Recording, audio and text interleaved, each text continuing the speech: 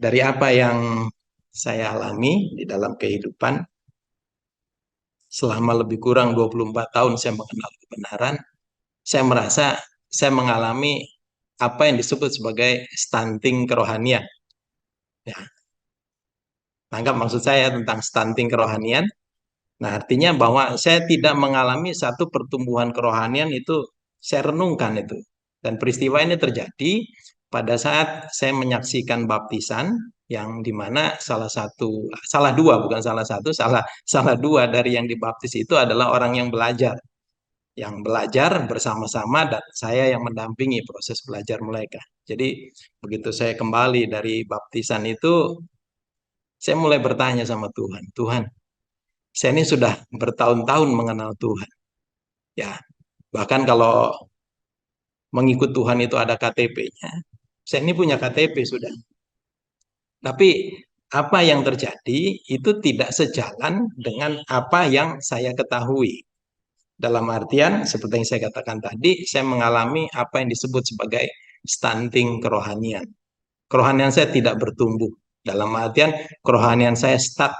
Ya, stuck di situ. Bahkan untuk beberapa waktu yang lalu, saya sempat mengalami namanya kemerosotan kerohanian. Nah, tapi satu hal di sini pada saat saya bergumul sama Tuhan, saya bertanya sama Tuhan, Tuhan kenapa bisa terjadi? Kenapa dengan latar belakang saya yang sebelumnya tidak tahu firman Tuhan, dengan latar belakang saya yang tidak pernah mengerti tentang isinya Alkitab itu, tetapi Tuhan memilih saya, memanggil saya, membawa saya dari Jakarta, ya saya lahir besar di Jakarta, sempat bekerja di Jakarta, dan akhirnya sejak 25 tahun yang lalu saya dipindahkan Tuhan ke Malang, dan di Malang itu akhirnya saya mengenal kebenaran. Saya mulai belajar, saya menggali kebenaran itu, dan puji Tuhan, ya itulah yang saya katakan sama Tuhan, terima kasih karena Tuhan tidak melupakan saya. Tuhan tidak membuang saya jikalau saya mengingat masa lalu yang telah saya lalui di dalam kehidupan saya. Dan berdasarkan pergumulan itulah, ya, karena biasanya memang jika saya membawakan satu renungan, itu berdasarkan pergumulan pribadi, atau juga berdasarkan keprihatinan saya melihat kondisi gereja.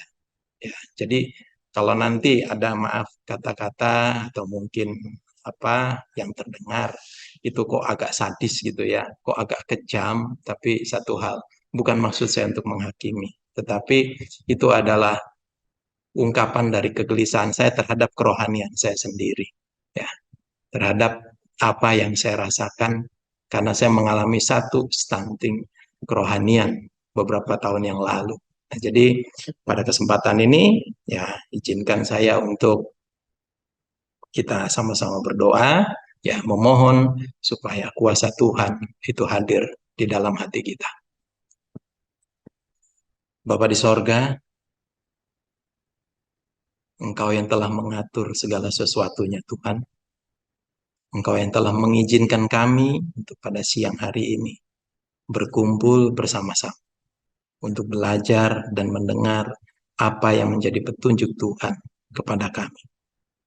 Tolonglah kami Tuhan, karena kami orang berdosa. Tolonglah Tuhan, karena kami tidak sanggup. Di dalam nama Yesus, kami telah berdoa. Amin. Oke, ada satu yang saya mau tanyakan tadi seperti di caption yang sudah dibacakan oleh Civani. Ada berapa orang muridnya Yesus? Ya, kita tentu sudah tahu ya. Ada 12 orang muridnya Yesus. Dan tentu meskipun mungkin tidak semua hafal, tapi setidaknya kita tahu nama-nama dari para murid itu atau para rasul itu. Nah, pertanyaannya adalah kenapa Yesus memilih Petrus, Andreas, Yakobus, Yohanes, Lewi, dan kawan-kawannya itu untuk menjadi murid-muridnya. Padahal kalau kita lihat ya di dalam Alkitab kita, khususnya di dalam Lukas 4, ya, mohon maaf, saya tidak buatkan apa slide atau apapun karena saya rindu supaya kita membuka Alkitab kita sendiri ya. Kita buka ya karena saya pun tidak membuat contekan apapun, kerepean apapun, karena saya percaya Tuhan yang akan memimpin kita, Tuhan yang akan mengajar kita. pada pagi hari ini. Kita lihat di dalam Lukas 4 ayat yang ke-14 dan 15. Lukas 4 ayat 14 dan 15. Apa dikatakan oleh firman Tuhan di sana? Sudah ketemu? Silakan. Ada yang mau membacakan? Ibu Wiwi bisa dijadikan co-host, Pak Chungling, silakan. Silakan Wiwi. Sudah. Lukas 4 ayat 14 dan 15. Yesus kembali ke Galilea. Dalam kuasa Roh kembalilah Yesus ke Galilea dan tersiarlah kabar tentang Dia di seluruh daerah itu. Sementara itu ia mengajar di rumah-rumah ibadat di situ dan semua orang memuji Dia. Ya, jadi setelah Yesus mengakhiri puasanya, Yesus kemudian dicobai oleh iblis di padang gurun, lalu Yesus mulai tampil di Galilea. Berapa lama Yesus memulai karyanya sebelum dia memilih para rasulnya itu? Alkitab tidak katakan ya berapa lama. Tetapi kalau kita dikatakan di ayat yang ke-15 tadi, sementara itu ia mengajar di rumah-rumah ibadat di situ. Itu artinya tidak hanya di satu tempat Yesus mengajar firman Tuhan. Yesus memberitakan firman Tuhan, tapi di beberapa rumah ibadat di Galilea. Dan apa respon orang? Apa respon orang-orang Yahudi setelah mendengar apa yang dikatakan oleh Yesus itu? Dikatakan semua orang memuji Dia. Jadi kalau kita lihat di sini ada berapa banyak orang yang menyukai ajaran Yesus. Ada berapa banyak orang yang mendengar ajaran dari Yesus.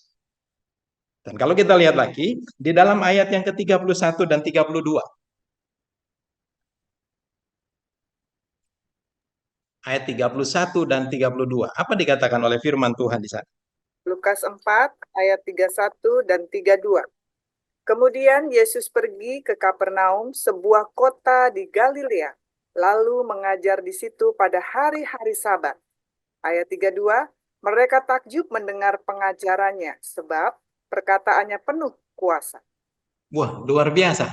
Ya, tadi di beberapa wilayah di Galilea, Yesus mengajar dan semua orang memuji ajarannya. Dan sekarang di Kapernaum, banyak orang yang takjub mendengar ajaran Yesus. Ya, setelah beberapa kali Yesus berbicara di tengah-tengah mereka. Artinya tadi dikatakan dan pada hari-hari Sabat. Jadi setiap pertemuan Sabat Yesus berbicara di beberapa tempat di Kapernaum juga, di rumah ibadah di Kapernaum. Dan perhatikan di sini banyak orang yang takjub. Nah, dari apa yang dilakukan oleh Yesus ini kita tahu. Ada berapa banyak orang yang sudah mendengar ajaran dari Yesus. Ada berapa banyak orang yang telah mendengar pengajaran dari Yesus? Ada berapa banyak orang yang telah menerima petunjuk kebenaran dari Yesus? Kira-kira ada berapa orang? Satu orang? Dua orang? Bisa jadi ini ribuan orang. Nggak maksud saya? Ada banyak orang dikatakan di dalam Alkitab. Dan kita tahu Galilea itu bukanlah satu tempat yang hanya terdiri dari satu kota. Ada beberapa wilayah yang ada di Galilea. Jadi dengan kata lain, Galilea itu terdiri dari beberapa kota-kota. Dan di sanalah Yesus mengajar mereka. Jadi sebenarnya bisa jadi ada ribuan orang yang mendengar ajaran Yesus dari beberapa tempat ibadat Yahudi yang ada di Galilea. Nah, tapi pertanyaannya kemudian, ya, dari banyak orang yang mendengar ajaran Yesus itu, dari banyak orang yang mendengar petunjuk dari Yesus itu, kenapa Petrus yang dipilih? Kenapa Andreas? Kenapa Yakobus? Kenapa Yohanes? Dan juga kenapa Lewi yang dipilih? Juga rasul-rasul yang lain yang 12 orang itu. Teman-temannya Petrus itu. Kira-kira ada yang bisa menerka atau mengira-ngira apa alasan Yesus memilih Petrus dan kawan-kawannya itu? Ada banyak orang. Tapi Yesus hanya memilih 12. Memang hal ini berkaitan dengan 12 suku Israel. Tetapi ada alasan yang lebih dalam lagi kenapa Yesus memilih mereka. Nah, sekarang mari kita lihat sama-sama ya, bagaimana Yesus memilih mereka. Kita lihat di dalam Lukas 5. Lukas 5 ayat yang pertama.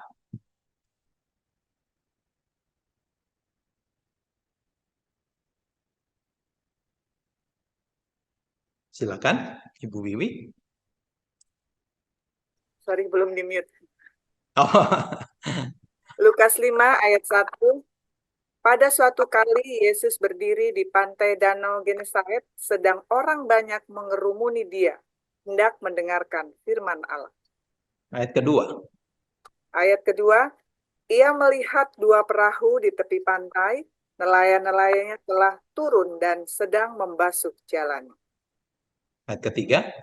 Ayat 3, ia naik ke dalam salah satu perahu itu, yaitu perahu Simon, dan menyuruh dia supaya menolakkan perahunya sedikit jauh dari pantai. Lalu Ya. ia duduk dan mengajar orang banyak dari atas perahu. Ya, terima kasih di sini. Nah, pertanyaannya adalah, kenapa kok Yesus pilih naik ke perahunya Simon? Kenapa kok tidak ke perahu yang lain? Bisa jadi saat itu karena kondisinya saat itu pagi hari, banyak nelayan yang baru saja pulang melaut atau banyak nelayan yang baru saja menjala di tanah Galilea itu. Tetapi apa yang dilakukan oleh Yesus? Yesus memilih Simon. Dan apa yang kemudian Yesus lakukan? Apakah Simon mengenal Yesus? Kira-kira Simon mengenal Yesus? Atau Yesus mengenal Simon sebelumnya? Kira-kira? Ya, jelas di sini ya, tentunya Yesus sudah mengenal Simon dan Simon mengenal Yesus. Dan itu hal-hal itu bisa kita lihat ada di Lukas 4 ya. Lukas 4. Kita lihat di ayat yang ke-38. Apa dikatakan di sana? Lukas 4 ayat 38. Kemudian ia meninggalkan rumah ibadat itu dan pergi ke rumah Simon. Adapun ibu mertua Simon demam keras dan mereka meminta kepada Yesus supaya menolong dia. Nah, jadi dengan kata lain, kalau Yesus memilih seorang murid, berarti murid itu sudah dikenal oleh Yesus dan dia sudah mengenal Yesus. Jadi dengan kata lain, Yesus tidak sembarangan pilih murid. Ya. Jadi seorang murid Tuhan, dia perlu mengenal Yesus dulu secara pribadi. Dan pengalaman pribadi Petrus, di mana mertuanya sudah disembuhkan, di mana pengalaman Petrus yang sudah mendengar ajaran-ajaran dari Yesus, itulah tahap awal dari Petrus memulai menjadi seorang murid Yesus. Nah, ini sesuatu yang luar biasa, ya. Kenapa? Karena di sini Yesus memberikan satu contoh kepada kita bahwa tidak sembarangan Yesus memilih seorang murid. Ya, walaupun semua orang dipilih, ya, maaf, walaupun semua orang itu mendengar ajaran-ajaran Yesus, banyak orang yang suka ajaran Yesus, banyak orang yang takjub dengan ajaran Yesus, tetapi belum tentu semuanya itu dipilih menjadi murid, menjadi juru kabar Tuhan. Nah, kenapa? Ada satu alasan yang menyebabkan kenapa Yesus begitu selektif di dalam memilih murid-muridnya. Mari kita lihat sama-sama di dalam Yohanes ke-6. Yohanes pasal yang ke-6, ayat yang ke-66.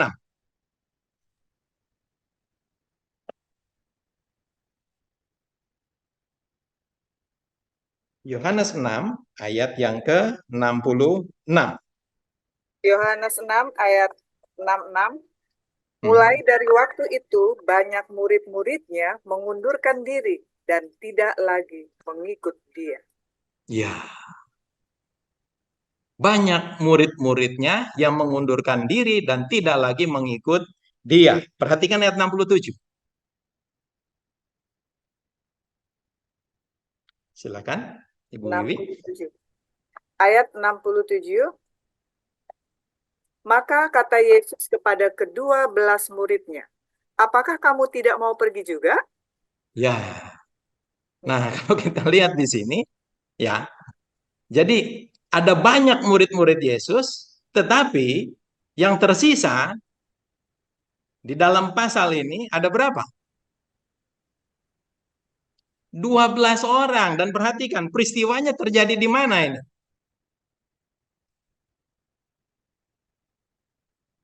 Lihat judul perikopnya.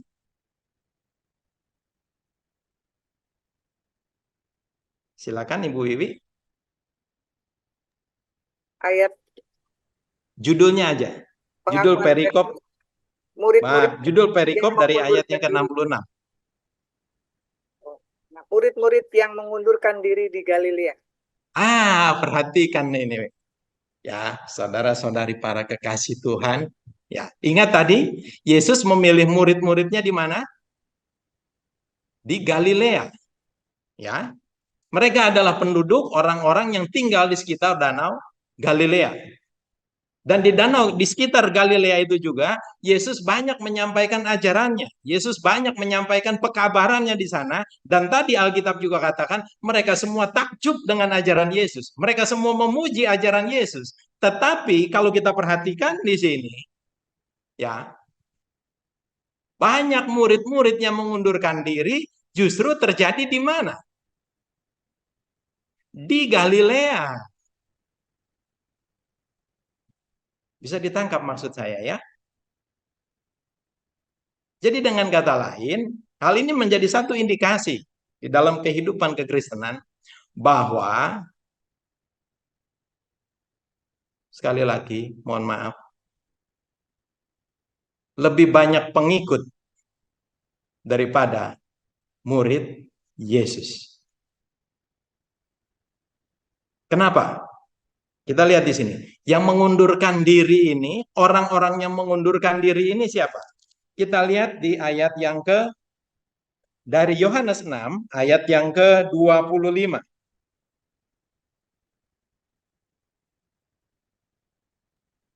Yohanes 6 ayat 25, roti hidup. Ketika orang banyak menemukan Yesus di seberang laut itu, mereka berkata kepadanya, Rabi, bila manakah engkau tiba di sini? Lanjut, ayat 26. Yesus menjawab mereka, Aku berkata kepadamu, sesungguhnya kamu mencari aku, bukan karena kamu telah melihat tanda-tanda, melainkan karena kamu telah makan roti itu dan kamu kenyang. Ya. Nah, jadi di sini kita bisa lihat kira-kira siapakah mereka ya yang mengundurkan diri ini. Sebab kalau kita lihat ya, orang-orang itu mengikuti Yesus dan kemudian Yesus menjelaskan tentang roti hidup kepada mereka. Dan apa respon mereka? Kita lihat di ayat yang ke-60 dari Yohanes 6. Sesudah mendengar semuanya itu, banyak dari murid-murid Yesus yang berkata, perkataan ini keras, siapakah yang sanggup mendengarkannya? Dan kita lihat di ayat 66, mulai dari waktu itu, banyak murid-muridnya yang mengundurkan diri dan tidak lagi mengikut dia. Nah, perhatikan ya. Ada banyak orang yang mencari Yesus. Kemudian mereka mendengar ajaran Yesus, tetapi mengatakan perkataan ini keras. Dan setelah itu mereka mengundurkan diri.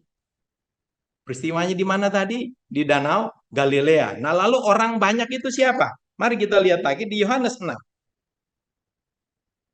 Ya, di Yohanes 6 ayat ke-22 sampai ayat yang ke-23.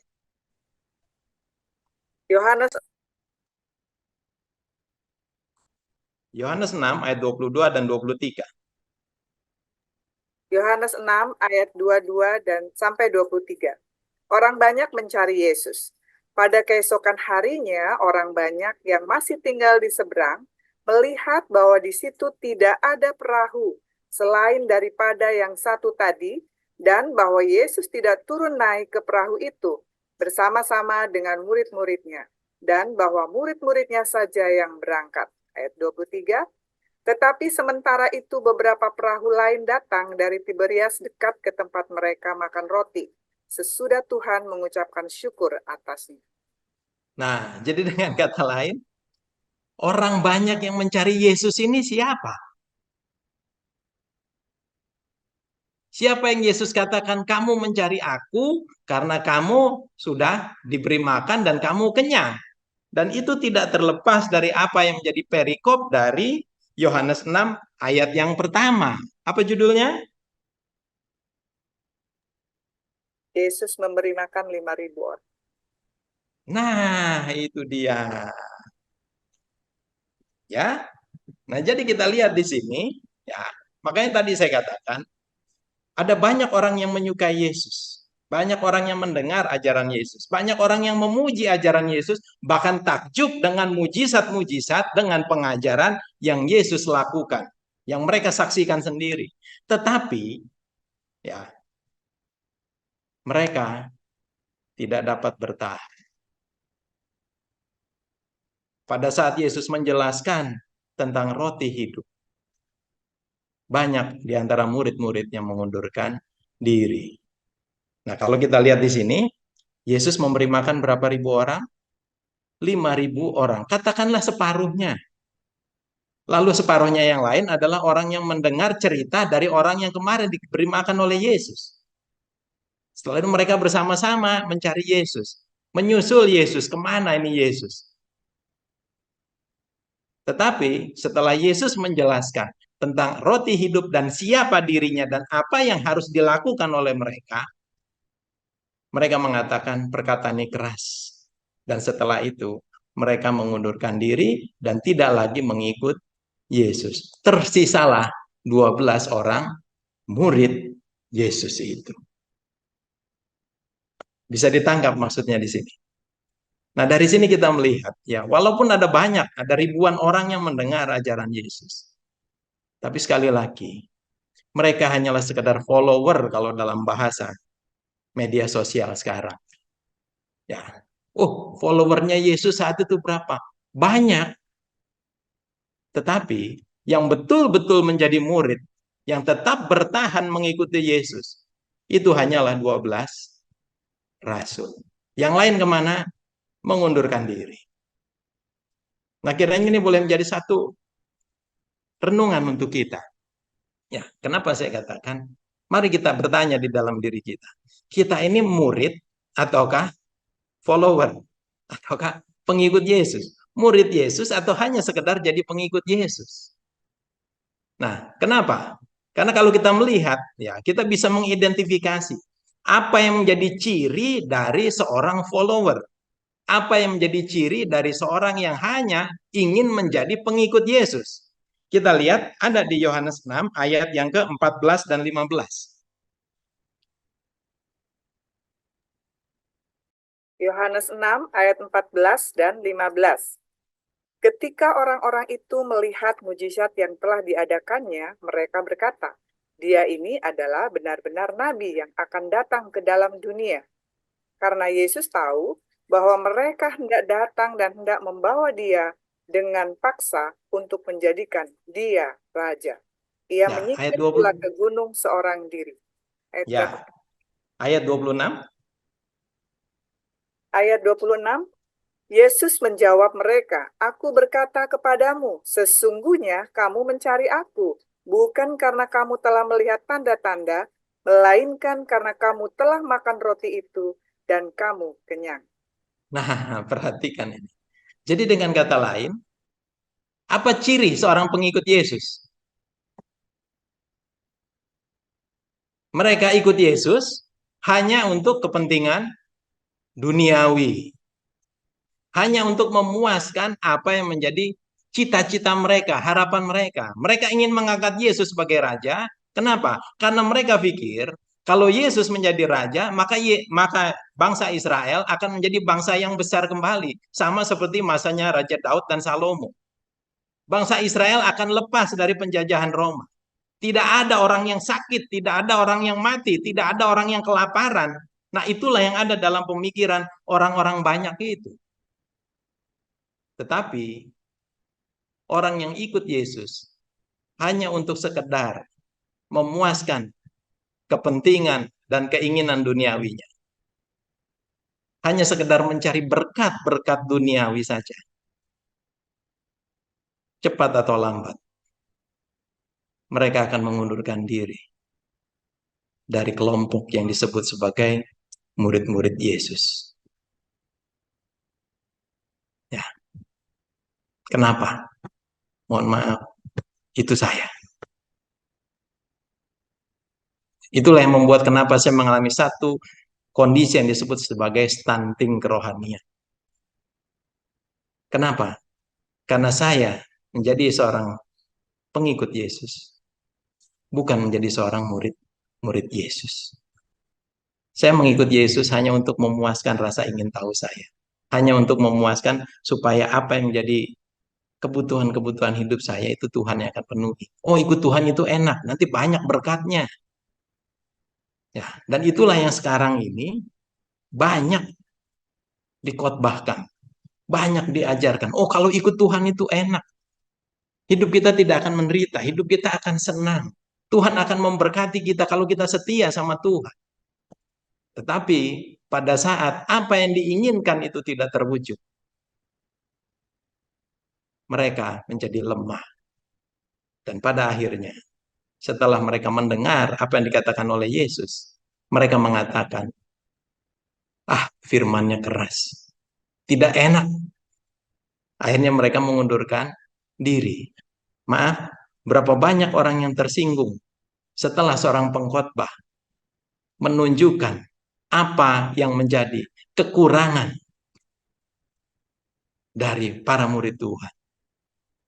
Berapa banyak murid Yesus yang kemudian tersinggung dengan pengkhotbah dan mengatakan, aku nggak mau ke gereja lagi. Khotbahnya nggak enak, itu nuding-nuding aku.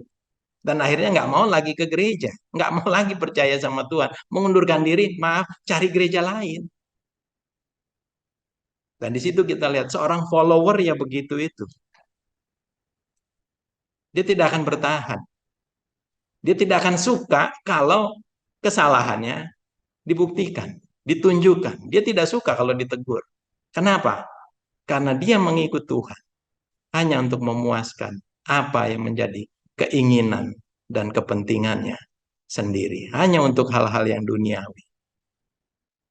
Ya, di antara orang-orang yang mengikut Yesus, itu bukanlah seluruhnya tidak mengerti apa maksud Yesus dengan roti hidup itu. Apa maksud Yesus dengan mengatakan bahwa akulah roti hidup itu. Mereka juga mengerti apa yang Yesus katakan, kamu harus makan daging dan minum darahku. Mereka mengerti. Kenapa? Karena di dalam Alkitab juga sudah katakan bahwa manusia hidup bukan dari roti saja, tapi dari setiap firman yang keluar dari mulut Allah. Jadi khususnya para ahli-ahli Taurat Yahudi ini sangat mengerti. Tetapi sekali lagi, apakah mereka mau menerima apa yang dikatakan oleh Yesus? Dan mau menerima Yesus? Mau menerima penyegaran, kebenaran yang berasal dari Yesus? Tidak. Mereka lebih memilih asik dengan kepentingannya sendiri.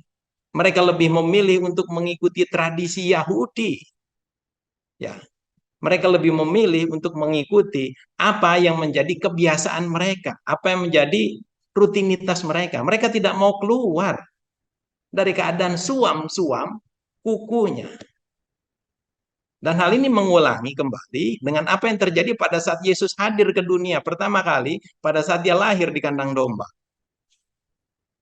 Berapa banyak ahli-ahli Taurat Yahudi yang mau bersama-sama dengan orang Majus mencari di mana Mesias dilahirkan, di mana raja orang Yahudi itu dilahirkan. Ada di antara ahli Taurat Yahudi yang ikut dengan orang-orang Majus.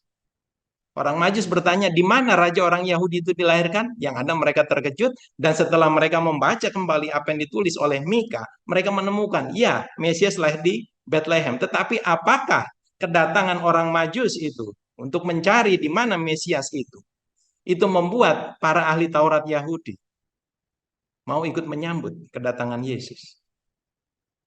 Tidak. Tidak ada satupun ahli Taurat Yahudi yang mau menggabungkan diri bersama dengan orang-orang Majus, bersama dengan para gembala untuk menyambut kedatangan Yesus. Kenapa begitu? Mereka sudah sangat terikat kepada tradisi. Ya. Hati mereka sudah tertutup. Bangsa ini memuliakan aku dengan bibirnya, tapi hatinya jauh daripada aku. Percuma mereka beribadah kepadaku, sedangkan ajaran yang mereka lakukan adalah perintah manusia. Itu yang dikatakan dalam Matius 15 ayat 8 dan 9. Sekali lagi, itulah pengikut. Ya, mereka hanya menyukai tradisi. Mereka suka aturan, tetapi tidak suka petunjuk Tuhan. Nah, kenapa bisa begitu? Dan sekali lagi, inilah seorang follower itu. Dan begitu Tuhan menegur mereka. Tuhan menunjukkan apa yang harus mereka lakukan. Aduh, susah. Hati-hati. Berapa sering kita mengatakan susah ikut Yesus.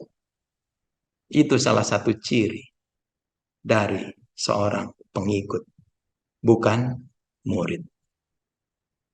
Berapa sering kita tersinggung dengan apa yang menjadi petunjuk firman Tuhan.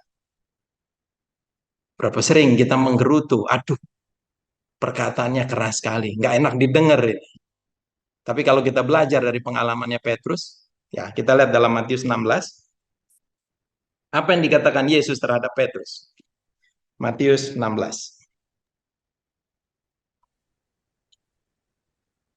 Ayat 22 dan 23.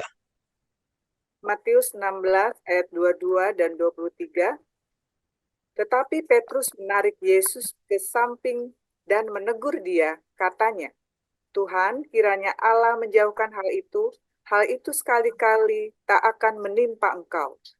Maka Yesus berpaling dan berkata kepada Petrus, Penyalah iblis, engkau suatu batu sandungan bagiku, sebab engkau bukan memikirkan apa yang dipikirkan Allah, melainkan apa yang dipikirkan manusia. Coba bayangkan. Ya. Petrus dikatakan apa oleh Yesus? Dianggap sebagai apa? Nyala engkau iblis. Ya maaf. Apakah setelah Yesus mengatakan nyala iblis, Petrus langsung pergi sakit hati? Nggak mau lagi ikut Yesus? Tidak. Kenapa? Karena seorang murid itu mengerti maksud dari gurunya. Sama juga dengan umat Tuhan. Seorang murid Tuhan akan mengerti apa maksud Tuhan menyampaikan perkataan yang keras terhadap dirinya. Dia tidak akan tersinggung. Dia tidak akan marah. Dia tidak akan sakit hati dengan pembicara. Atau dia mengatakan, aku nggak suka dengan firmannya itu. Tidak akan begitu. Kenapa? Karena dia seorang murid. Tetapi kalau dia seorang pengikut, dia akan katakan, perkataan itu keras.